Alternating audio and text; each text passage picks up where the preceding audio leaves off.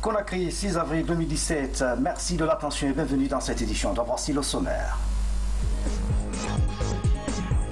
Un navire de pêche arraisonné par les services de surveillance maritime avec 3 personnes à bord. La lutte contre la pêche illégale se renforce en Guinée. De l'argent pour la réintégration des migrants dans leur communauté, l'Union européenne et l'OIM viennent de signer un protocole à Conakry. Le montant du projet s'élève à 54 milliards de francs guinéens. Et puis, coopération culturelle Guinée-Turquie. Les artistes guinéens sont invités à l'anniversaire des enfants turcs. Les séances de répétition entre artistes turcs et guinéens ont débuté à Conakry. Mesdames et messieurs, bonsoir. La session ordinaire du Conseil des ministres s'est tenue ce jeudi sous la présidence du chef de l'État, professeur Alpha Condé. Entre autres sujets débattus, le recensement et la récupération des terrains et bâtiments de l'État, la dynamisation du Conseil de discipline dans les départements ministériels et la gestion cohérente des engrais destinés à la campagne agricole. Mohamed Sankon. Le Conseil des ministres s'est tenu ce jeudi 6 avril 2017 sous la haute présidence du chef de l'État, professeur Alpha Condé. 4 points étaient inscrits à l'ordre du jour. Selon le porte-parole du gouvernement, le président de la République a demandé aux membres du gouvernement de respecter la procédure et la hiérarchie des normes dans les nominations des cadres de leur département. Il a rappelé l'interdiction de conclure les avenants au contrat des marchés publics, le principe de double transmission analogique et numérique des documents, le recensement et la récupération des terrains et bâtiments publics et plus de transparence dans la gestion des engrais destinés à la campagne agricole 2017. Au titre des communications, selon le porte-parole du gouvernement, le Conseil des ministres a d'abord entendu le ministre du Plan et de la Coopération internationale. La ministre a indiqué que l'objet de sa communication est d'informer le Conseil sur l'élaboration en cours du programme national d'investissement adossé à ce programme national de développement économique et social en mettant l'accent sur le rôle des ministères sectoriels. La ministre a rappelé qu'après l'adoption en Conseil des ministres le 23 février 2017 du PNDES, il reste le volet de la loi plan et sa promulgation pour rendre valide et exécutoire le plan national de développement économique et social. Elle a affirmé que dans le cadre de toute démarche PPBSE, c'est-à-dire planification, programmation, budgétisation, suivi, évaluation, l'étape suivante de chaque planification est bien entendu la programmation. C'est ce qui a motivé l'engagement de son ministère dans l'élaboration du plan national d'investissement en vue de permettre la concrétisation du PNDES sur la période. Le ministre de la Jeunesse a évoqué la mise en place du Conseil national de la jeunesse. Il a ajouté le renforcement du cadre institutionnel et la dynamisation des recommandations de la Charte africaine ratifiée en 2011 par la Guinée. Au compte de la diplomatie offensive, le ministre des Affaires étrangères a indiqué que le gouvernement guinéen a organisé un atelier de formation sur la mesure du dividende démocratique. La ministre a indiqué que le gouvernement guinéen, avec l'appui du Fonds des Nations Unies pour la population et en collaboration avec le Centre de recherche en économie et finances appliquées de Thiès, a organisé un atelier de formation sur la mesure du dividende démographique pour l'élaboration du profil pays du 18 au 20 avril dernier à Dakar, sanctionné par l'élaboration du rapport sur le profil pays.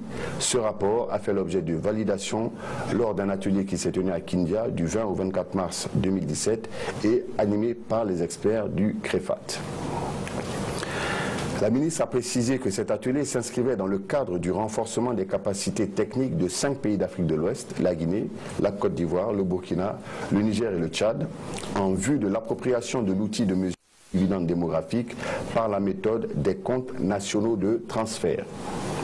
La ministre a indiqué que le dividende démographique d'un pays représente la part de croissance économique générée par le capital humain.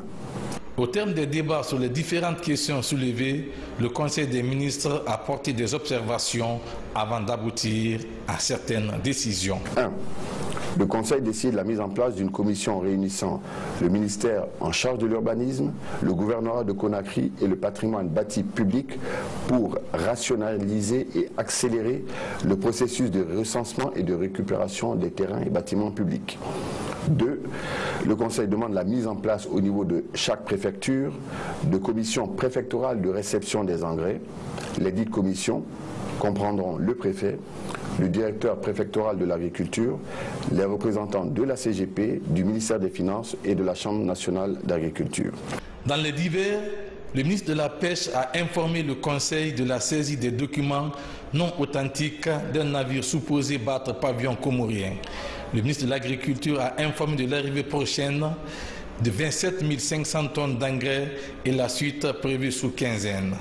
Le porte-parole du gouvernement a annoncé la tenue d'une retraite gouvernementale les 7 et 8 avril 2017, ici même à Conakry.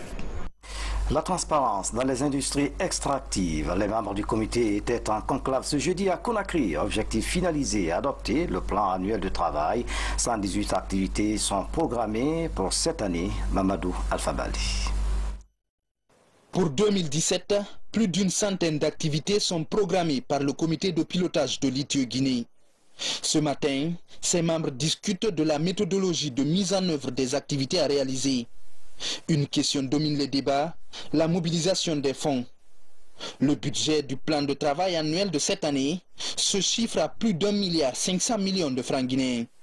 Nous avons un montant de 729 000 qui est déjà acquis en engagement, enfin en promesse de financement déjà. Cela est obtenu avec les bailleurs de fonds et l'État guinéen. Nous avons des montants à rechercher qui se montent autour de 500 et quelques mille également. Il se trouve que ce montant est très élevé, à recherche très élevé, ça dépasse les 50% du budget global. C'est donc un grand défi que nous avons discuté. Nous nous sommes dit comment compléter ces montants. Nous allons également engager les efforts vers l'État lui-même, vers des partenaires pour que l'activité, toute activité incompressible qui garantisse la conformité de l'État en fin 2017 puisse être réalisée. Les 118 activités s'articulent sur 9 axes stratégiques. Et les 9 axes stratégiques, premièrement, il y a l'amélioration en ce qui concerne le problème de propriété réelle, et la gestion dans l'octroi des permis, les contrats et licences. Il y a le suivi de la production, il y a le suivi des dépenses de politique de développement durable.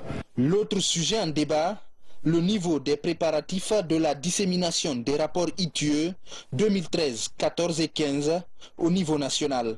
Donc on a déjà présenté les TDR dans la forme des actions qui doivent être réalisées, les résultats attendus, l'équipe qui va se charger de faire la dissémination, sa composition. Ces communautés doivent être informées, c'est pourquoi on a demandé à toutes les entreprises minières d'informer au cas où doivent remettre des paiements à une communauté, que cela soit fait de façon publique ou médiatisée. Ça, c'est la première des choses. Et deuxième chose, nous allons passer pour informer ces communautés des paiements qui ont été effectués par les entreprises extractives.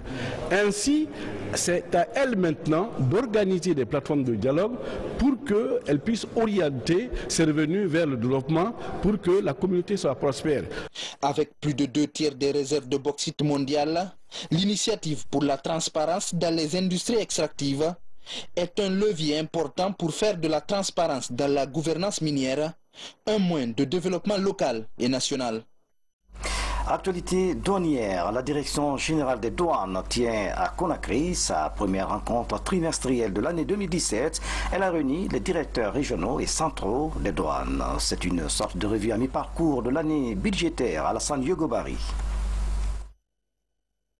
Cette première rencontre trimestrielle a permis de débattre des différents rapports à mi-parcours portant sur les recettes et dépenses de chaque structure ainsi que des difficultés rencontrées dans l'atteinte des objectifs des services centraux et déconcentrés des douanes.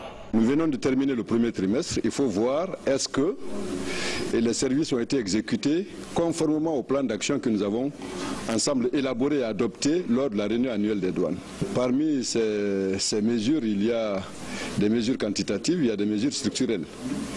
Et au nombre des mesures quantitatives, il y a la mobilisation des recettes. Des quotas ont été repartis. Nous voulons nous rassurer que les unités sont dans la bonne direction dans la mobilisation des recettes conformément au quota qui leur a été alloué. Et c'est pourquoi nous avons signé d'ailleurs un contrat avec le gouvernement guinéen à travers le ministère du Budget. Et ce contrat a été également décliné vers les autres services, notamment les directions régionales et les services techniques. Globalement, aujourd'hui, nous sommes aux environs de 103%. Et moi, mes unités particulièrement, nous sommes aux environs de 149%. Et nous nous battons pour faire vraiment le maximum de recettes pour le bien-être de toute la nation guinéenne, pour que la douane soit vraiment ce qu'elle doit être. Au terme des travaux, les responsables des douanes ont tenu à rendre une visite au ministre du Budget, lequel n'a pas manqué d'apprécier les efforts fournis par le corps douanier pour la mobilisation des ressources. Au titre de ce premier trimestre, ils sont à 103%. Donc pour moi, c'est une satisfaction. Et je les encourage davantage à aller au-delà parce qu'ils en ont les capacités, ils en ont la volonté.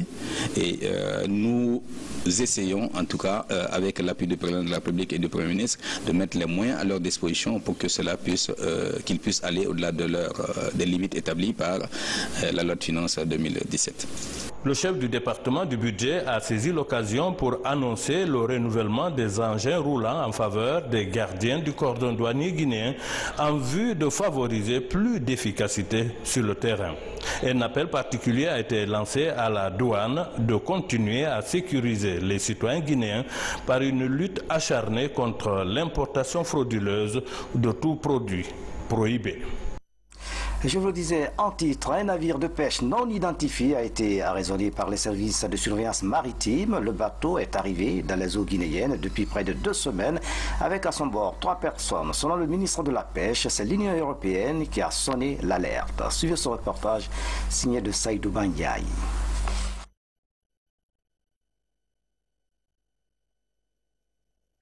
Ce navire d'origine suédoise a été arraisonné dans les eaux guinéennes pour irrégularité. Disposant d'une licence comorienne depuis 2014, son consignateur, un jeune Guinéen, ne disposerait pas de documents lui permettant d'accéder aux eaux guinéennes. Sa dernière licence date de 31 décembre 2016. Le président a demandé à ce que les Guinéens aient leur propre armement.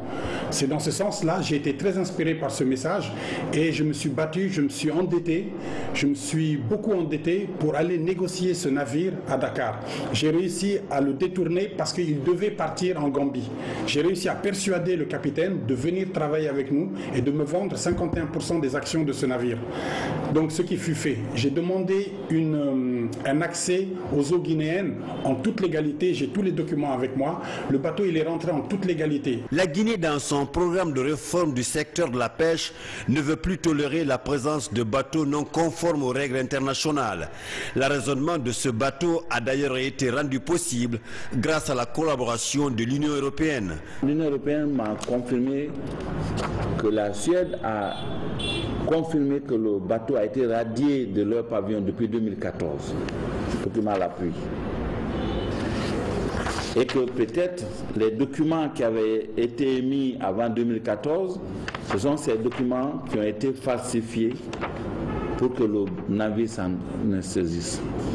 Et qu'en pareille circonstance, le statut du navire n'étant pas clairement établi, jusqu'à ce que la procédure d'enquête se poursuive, dans le cadre de la coopération et en respect de l'esprit de l'accord relatif aux mesures du ressort de l'État de port, on m'a demandé d'arraisonner le navire. Et les enquêtes se poursuivent. Le ministre de la Pêche attend de cette société concernée les documents légaux leur permettant de pêcher dans les eaux guinéennes. Un délai est donné à cette société de pêche pour déposer les documents demandés. À défaut, le bateau sera mis aux enchères, a précisé le ministre de la Pêche. Saïd Bandiaï, c'est un dossier à suivre. La journée mondiale de la santé sera célébrée demain vendredi sous le thème « Dépression, parlons-en ». Le choix de ce thème vise à attirer l'attention des décideurs sur l'aggravation des troubles mentaux. En Guinée, le représentant de l'OMS exprime son inquiétude. Tierno Maroufoba, Moussa Koumara. Environ 332 millions de personnes dans le monde sont touchées par la dépression, principale cause d'incapacité à l'échelle mondiale. En région africaine, ce sont près de 30 millions de personnes qui souffrent de cette affection. Ces données de l'OMS montrent l'ampleur du phénomène. En Guinée, la prévalence de la dépression serait de 23,1% chez les malades consultés dans les services spécialisés. D'où le thème de la Journée mondiale de la santé de cette année, dépression, parlons-en. La dépression touche les personnes de tous les âges et de toutes les couches sociales. La stigmatisation et la peur de l'isolement social empêchent les personnes affectées de se rendre dans les établissements de soins.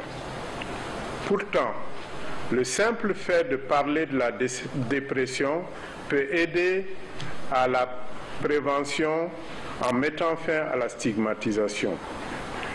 L'Organisation mondiale de la santé définit la dépression comme une maladie qui se caractérise par une tristesse persistante, une perte d'intérêt et une incapacité à accomplir les tâches quotidiennes.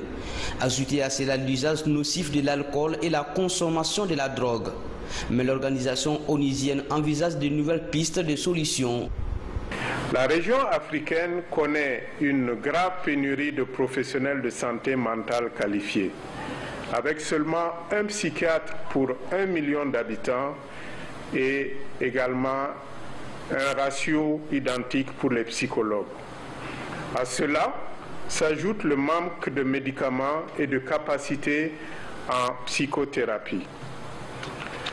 Les lignes directrices publiées par l'OMS permettent aux pays d'améliorer les services de soins en santé mentale en utilisant des agents de santé intervenant au sein des communautés et dans le cadre des soins de santé primaires. La dépression est évitable et traitable si elle est diagnostiquée tôt selon les spécialistes. Et l'Organisation mondiale de la santé s'engage à fournir un appui aux pays où la maladie persiste encore. Dans l'actualité encore, le projet d'appui à l'amélioration de la gouvernance des ressources allouées au secteur de la santé. Ce projet est exécuté par 2 ONG locales dans la préfecture de Koya et Forikaria. Une session se tient à cet effet. Il s'agit de revoir la gestion des structures de santé durant les 3 dernières années et de faire des propositions. Mohamed Sankan, Ousmane Ba, reportage. Un nouveau projet en faveur de la santé communautaire. Le projet d'appui à l'amélioration de la gouvernance des ressources allouées au secteur de la santé couvre les préfectures de Koya et Forikaria. Il permet de faire le monitoring des 3 dernières années de gestion du secteur et de faire une projection vers l'avenir. Il faut amener la société civile à jouer pleinement son rôle de contrôle citoyen. Ça, c'est un premier aspect. Deuxième aspect, à informer, éduquer et sensibiliser la population sur le fonctionnement de notre système de santé, de la base au sommet et du sommet à la base. Le projet est piloté par un consortium de 2 ONG locales et financé par le projet d'appui à la société civile de l'Union européenne sur les fonds du 10e FED. Il nécessite la contribution des élus locaux pour une meilleure gestion des structures de santé. Nous sommes donc prêts à soutenir l'action que les bailleurs, il faut qu'on les accompagne parce qu'ils viennent pour nous aider. Il faut qu'ensemble qu'on se mette debout. Il faut que la population ensemble les accompagnons pour, n'est-ce pas, maintenir la santé pour que le pays aille de l'avant, pour que le pays se développe. Le diagnostic des fonds alloués au secteur pour les 3 dernières années, l'implication des communautés dans la gestion de la santé et sa contribution à son budget sont entre autres domaines de prédilection du projet, ce qui rassure le bailleur. L'équipe du projet, les autorités administratives, les partenaires techniques et financiers et tout le monde puissent soutenir et accompagner ce projet pour qu'il puisse vraiment atteindre ses objectifs au bénéfice général des populations. Les mois à venir, les ressources affectées au secteur de la santé pourraient être mieux gérées et le taux de mortalité connaîtra du recul. Signature d'un protocole d'accord au ministère des Affaires étrangères entre l'Union européenne et l'Organisation internationale de la gouvernance des migrants et d'appui à leur réintégration dans les communautés. Le coût total du projet est de 54 milliards de francs guinéens. Le projet durera 3 ans. Younous Atawel Kamara. La signature de ce protocole d'accord entre l'Union européenne et l'Organisation internationale pour les migrations marque le lancement du projet de la gouvernance des migrants en Guinée. Le coût global du projet s'élève à 54 milliards de francs guinéens pour une durée de 3 ans. Il apporte un soutien à la protection et à la réintégration durable des migrants guinéens dans leurs communautés respectives. Par ces projets de 54 milliards de francs CFA, effectivement, on pourrait soutenir les Guinéens qui souhaitent réentrer en Guinée de manière volontaire et les soutenir dans cette volonté de retour et d'installation et de création d'une nouvelle activité économique dans les propres pays. La signature de ce contrat nous ouvre vraiment et nous amène, nous ouvre une porte et nous amène à essayer de trouver déjà les premières solutions par rapport à cette recherche d'alternatives à cette migration régulière qu'il faudrait poser pour les jeunes retournés guinéens, qu'ils puissent se stabiliser, se fixer et se trouver très à l'aise chez eux et développer, contribuer au développement socio-économique de leur pays.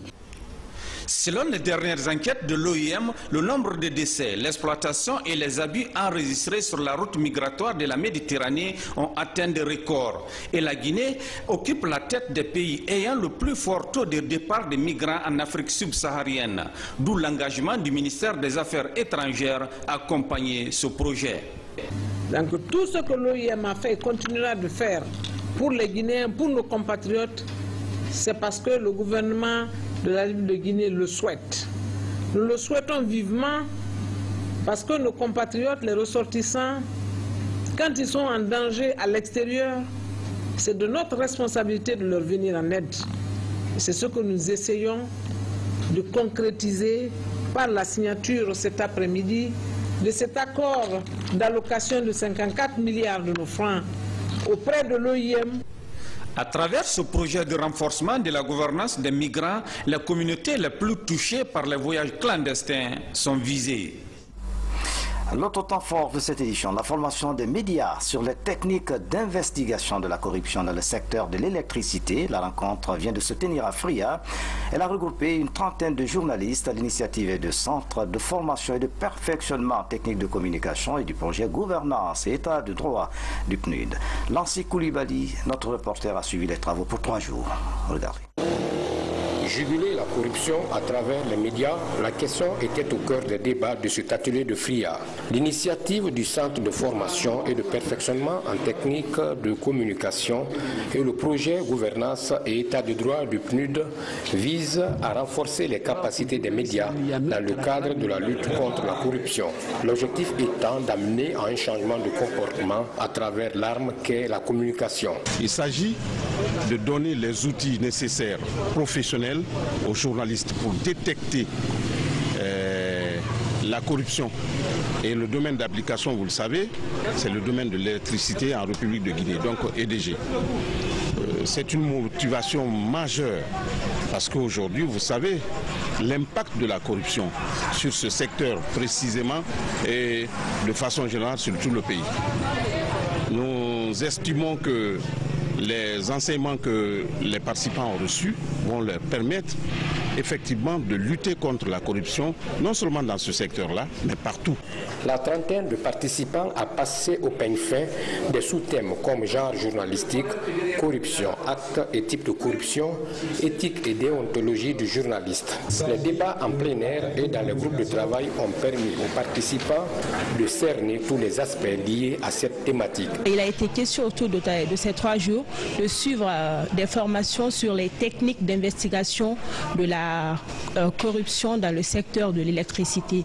Donc cette cette formation m'a apporté énormément de choses et je suis sûre qu'au sortir de cette formation, je suis suffisamment outillée pour pouvoir ensuite relayer toutes les informations que j'ai apprises ici, allant dans la lutte contre la corruption, dans le secteur de l'électricité, mais également dans beaucoup d'autres secteurs. Ce que nous avons appris au cours de ces 3 journées de formation nous permettra désormais d'ajouter une corde à notre arc pour mieux affronter les réalités du terrain par rapport à la collecte, au traitement et aux diffusions des informations liées, n'est-ce pas, à la corruption en Guinée. L'atelier a débouché sur une série de recommandations. Aux organisateurs, 1. La démultiplication de ce genre de formation appliquée à d'autres secteurs d'activité. 2. La mise en place d'un réseau de journalistes dans le cadre de la lutte contre la corruption. 3. La mise à disposition des moyens logistiques aux journalistes pour faciliter la vulgarisation des informations. 4. Aux participants de faire la restitution au niveau de leurs services respectifs. Cet atelier, dont le domaine d'application a été le secteur de l'électricité, pourrait s'appliquer à d'autres domaines d'activité. Lancé Koulibaly, merci pour ce compte-rendu. Des outils informatiques pour le ministère de la Communication, ils sont destinés au Bureau d'études, de stratégie et du développement. C'est un don de l'unité de coordination et d'exécution des projets UCEP, financé par la BAD. Mamadi Ternak-Amisio-Cour signe ce reportage.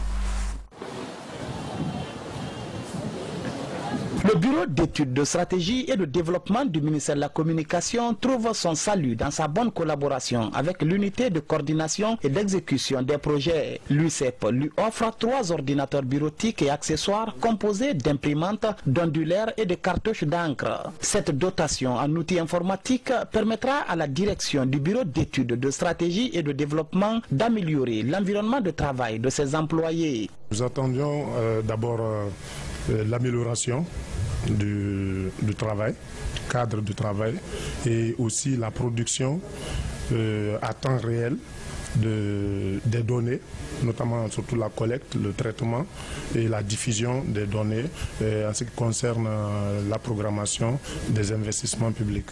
Le don s'inscrit dans le cadre de la mise en œuvre du projet d'appui à la planification économique et à la gouvernance minière PAP-GM, financé par la Banque africaine de développement BAD, programme logé au ministère des Finances et géré par l'unité de coordination et d'exécution des projets UCEP.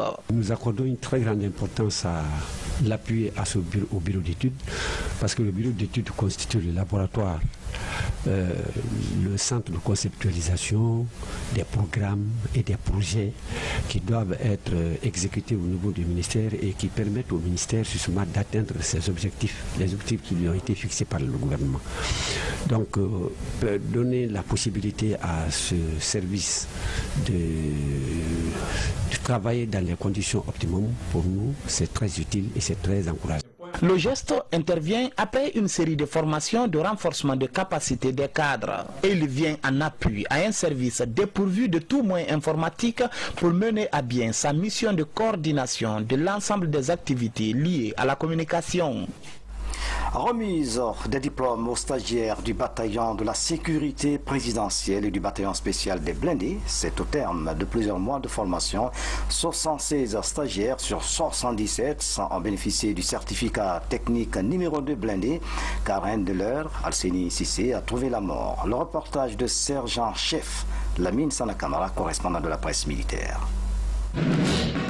Au terme de 6 mois d'efforts dans des conditions météorologiques difficiles, ce sont 16 stagiaires de la 4e promotion du certificat technique numéro 2 blindé reçoivent leur diplôme. Une mise à niveau qui leur a permis d'acquérir de nouvelles connaissances techniques et tactiques de niveau sous-officier adjoint d'un peloton blindé. Ces prétenus sortent de ce stage outillés de nouvelles compétences aptes à répondre aux nouveaux défis sécuritaires auxquels sont confrontées les forces de défense engagées dans des missions onusiennes. Plusieurs matières interarmes et de spécialités étaient inscrites au programme de ce stage, tels que le BTR 60, le T55, le BMP1, des cours enseignés avec abnégation et rigueur par des instructeurs russes et nationaux.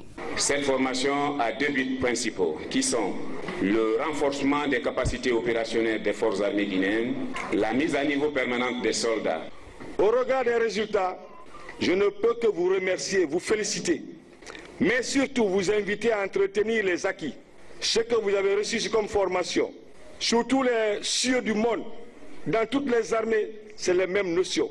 Donc, entretenez les jalousement pour que vous puissiez répondre efficacement aux sollicitations des commandements dans les missions qui vous seront confiées. Les autorités militaires sont plus que déterminées à maintenir ce cap de formation au sein des forces armées. C'est pourquoi les écoles et centres d'instruction du pays restent désormais ouverts. Une dynamique qui cadre bien avec la réforme du secteur de sécurité. Une volonté qui a permis à l'armée guinéenne de retrouver sa place sur l'arène internationale.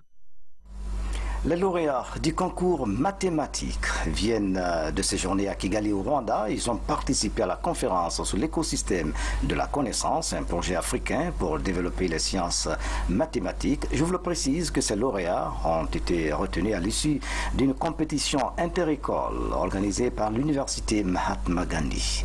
Moussa Bangoura commente ces images. Théa Soit Désirée de Sainte-Marie et Bintou Diané de Saint-Georges, toutes lauréates du concours mathématique guinéenne, rentrent d'un voyage d'études à Kigali, la capitale rwandaise. Ce voyage d'études porte sur une conférence sur l'écosystème de la connaissance. Il est organisé par l'Institut africain pour les sciences mathématiques. Il s'agit de la fondation EMS, à savoir l'Institut africain pour les sciences mathématiques, qui nous a invités à participer à une réunion scientifique qu'ils organisaient dans le cadre des mathématiques en Afrique. Ils ont participé, disons, à une cérémonie exceptionnelle avec le président Paul Kagame. C'était le lancement de l'écosystème EMS dans le monde. Et le président Paul Kagame était heureux de voir des jeunes Guinéens qui s'impliquent dans le développement des sciences, toujours dans le cadre de Conakry, capitale mondiale du livre. L'université Mahatma Gandhi, initiatrice du concours mathématique, compte aller plus loin pour la formation des jeunes filles. Nous estimons qu'il faut créer l'émulation, une parfaite émulation entre les jeunes filles dans le domaine de la science. Donc à l'université Mahatma Gandhi, nous nous sommes inscrits dans cette logique et par la grâce de Dieu, nous allons continuer. En guise de rappel, ces lauréates ont été retenues suite à une compétition inter-école organisée par l'université Mahatma Gandhi. Et puis dans le même registre, la structure Lynx Vision Management vient d'organiser un concours d'orthographe à Conakry. Il est dénommé les perroquets. Il consiste à épeler correctement les mots. L'idée est d'encourager les élèves à la lecture et de promouvoir la langue française. Algassi Mouba. Le constat révèle que les SMS et les réseaux sociaux ont des conséquences négatives sur le niveau des élèves avec l'usage à outrance des abréviations qu'utilisent très souvent les élèves lors des examens. C'est devenu une préoccupation que tente de résoudre la structure Lynx Vision Management à travers ce concours d'orthographe. Les élèves doivent épeler correctement les mots et bannir l'abréviation de leurs écrits. Comme vous le savez, avec l'avènement de la nouvelle technologie, nous pouvons classer notre génération dans le cadre de la génération de communication rapide, où l'orthographe perd son importance. On voit aujourd'hui qu'avec le diminutif, la réduction et le coupure des mots, l'abréviation en général, des textos et suite, et tout ce qui s'ensuit, on a jugé nécessaire de mettre en place ce concours pour encourager les jeunes à prêter attention à l'orthographe. Sur les 38 participants venus d'une vingtaine d'établissements de Conakry, Morikaba est l'heureux gagnant de ce concours. Élève de la 10e année au groupe scolaire Garaya 2, Mori se réjouit de ce prix. C'est une immense satisfaction pour moi d'être parmi les meilleurs élèves de ces différentes écoles ici présentes ce soir. Les enfants ont été à la hauteur de l'événement. En tant que professeur de français, je ne m'attendais pas à une telle réaction de nos élèves. Le mot qu'ils ont épelé, je ne trouve pas de faute dans cette lettre. Et ils ont mérité la victoire. Ce concours d'orthographe dénommé Les Perroquets est à sa première édition. L'objectif est de promouvoir la langue française. Et puis un communiqué du ministère de la Justice. Dans le cadre de la réforme de la Direction nationale de l'administration pénitentiaire, Monsieur le ministre de la Justice, ministre d'État garde des Sceaux, informe qu'il a pris depuis le 20 février 2017 un arrêté portant mutation de l'ensemble des régisseurs des maisons centrales et prisons civiles de la République de Guinée. Le ministre de la Justice informe par la même occasion que les agents concernés par le dit arrêté devront impérativement rejoindre leur poste d'affectation dans les meilleurs délais après avoir satisfait aux formalités de passation de service. Par ailleurs, les agents, autres que les régisseurs déjà mutés par note de service, devront également rejoindre leur poste d'affectation dans les différents établissements pénitentiaires. Les agents réfractaires aux prescriptions du présent communiqué feront l'objet d'une radiation pure et simple qu'on a créée le 6 avril 2017. Le ministre d'État, ministre de la Justice, garde des Sceaux, Maître Cheikh Sako. La coopération guinéo-turque se renforce et se diversifie. Des artistes guinéens se rendront en Turquie à l'invitation des autorités. C'est à l'occasion de l'an 39 des enfants turcs. Les artistes invités ont eu une séance de travail ce matin à Conakry. Mohamed Trois Camara était de la partie. Cette rencontre entre élèves des écoles Maarif, les artistes et l'ambassade de Turquie en Guinée avait pour objectif de faire un échange dans le domaine culturel entre la Guinée et la Turquie. Si les relations politiques et économiques sont excellentes, la nécessité de créer un pont culturel entre nos deux pays s'impose. L'échange entre la Turquie et la Guinée, cela va sans dire que c'est bienvenu, c'est historique, parce que sur le plan culturel, nous nous rapprochons un peu. Ça, je sais ce que veut dire la culture turque et la musique turque. Des relations entre la Guinée et la Turquie, il y aurait un pont qui va se créer, un pont culturel donc, qui va se créer pour arriver à faire voyager des artistes turcs en Guinée, mais aussi des artistes guinéens vers la Turquie, histoire de créer un certain jumelage, ce qui est une très bonne nouvelle pour la culture guinéenne. À l'occasion de l'an 39 des enfants turcs, ces 9 Guinéens sont retenus parmi les enfants des 40 pays invités par la Turquie pour la présentation de l'identité culturelle guinéenne. On va représenter la Guinée en Turquie parmi les 40 pays qui seront présentés là-bas en attendant les écoles Maarif turco-guinéennes et les fondations Maarif de Turquie. La Guinée a été choisie pour danser devant notre président. Donc on a vu comment ils sont pour voir comment ils dansent et par l'occasion j'ai souhaité inviter les artistes guinéens pour parler après cet événement, pour parler un peu de ce qu'on peut faire ensemble pour que la Turquie connaisse aussi la culture, ce que les Guinéens aiment. C'est une fierté pour la Guinée, c'est une fierté pour l'Afrique d'être représentée là-bas parce que la Guinée va seulement représenter le pays mais aussi représenter toute l'Afrique entière. Donc je pense que c'est une bonne chose. Moi en tant que styliste, ce que je peux rapporter c'est peut-être faire des tenues pour les enfants qui seront portés là-bas et les relations entre la Guinée et la Turquie se portent très bien. D'ailleurs j'ai été là-bas. Je souhaite que notre culture, notre textile soit vu là-bas parce qu'on a de très beaux tissus. Les diplomates turcs veulent établir une possibilité d'échange entre vedettes guinéennes et celles turques de façon périodique. Sans transition, on remonte dans la savane pour parler de Fidao de Togifi. Togifi, c'est dans la préfecture de Sigiri. Cette retraite islamique a mobilisé les religieux et fils ressortissants de la localité. L'on a prié pour la paix et le développement du pays. Les participants ont remercié le chef de l'État, professeur Alpha Condé, pour tout son soutien. Sur place à Togifi, voici le reportage de nos envoyés spéciaux. Elaï Sekou Sibi, Habib Cham. Togifi, dans le Grand Dioma à Sigiri. Ce village qui affronte les défis de l'urbanisation est aussi marqué par la culture islamique. Cette journée de prière en dit long. Chaque année, les fils du terroir se retrouvent ici pour commémorer leurs ancêtres et formuler des bénédictions en faveur des filles et des fils du pays. Ça fait la 16e fois. L'initiative est venue depuis de notre origine de Diafounou pour dire que vraiment les Silla qui sont là, qui sont venus de Diafounou, nous allons organiser pour faire la lecture du Saint-Courant à la mémoire de l'héritier Elaz Fodé Kabasila qui a fondé ce village-là, ça fait 753 ans. Notre vœu est que toutes les bénédictions qui se font aujourd'hui ici participent à la paix et à la cohésion sociale dans le Manding, à Tony et sur toute l'étendue du territoire de la République de Guinée. Le chef de l'État a largement contribué à la réussite de l'événement. Ce succès se mesure toutefois à d'autres ambitions, celle de promouvoir entre autres l'éducation et la santé à Togifing. C'est le public qui a construit ici le poste de santé, qui a construit également l'école primaire. Mais il y a besoin d'agrandissement, il y a besoin de prolongement de cette école parce que Tony est derrière le fleuve. Et derrière le fleuve, les gens n'ont pas de route. À l'origine de cet isolement, cette traversée du fleuve Milo pour rallier les villages situés sur l'autre rive du Niger. En lieu et place de ces moteurs, cet ancien bac tourne grâce à l'énergie de ses passeurs dévoués.